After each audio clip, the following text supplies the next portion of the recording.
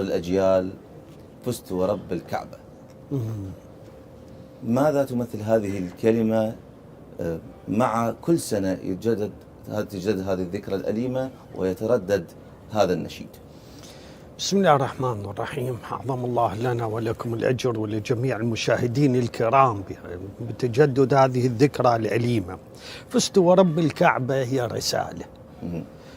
رسالة لختام جهد طويل وعظيم ومليء بالآلام والصبر، نتاجها فزت ورب الكعبة.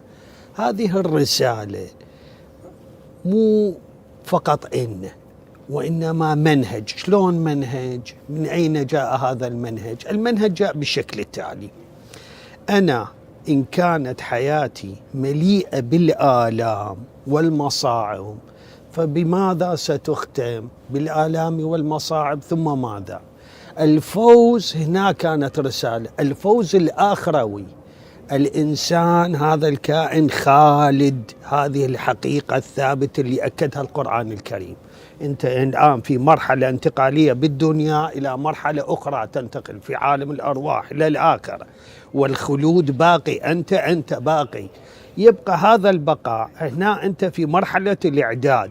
لا تقيس حياتك، رسالة الأمير، لا تقيس حياتك أنه أنا في هذه الدنيا لم أشعر الراحة، لم أشعر بالسعادة، أنا التزمت، أنا تمسكت بالمبادئ، أنا ثم ماذا؟ قضيتها ألم وألم وألم.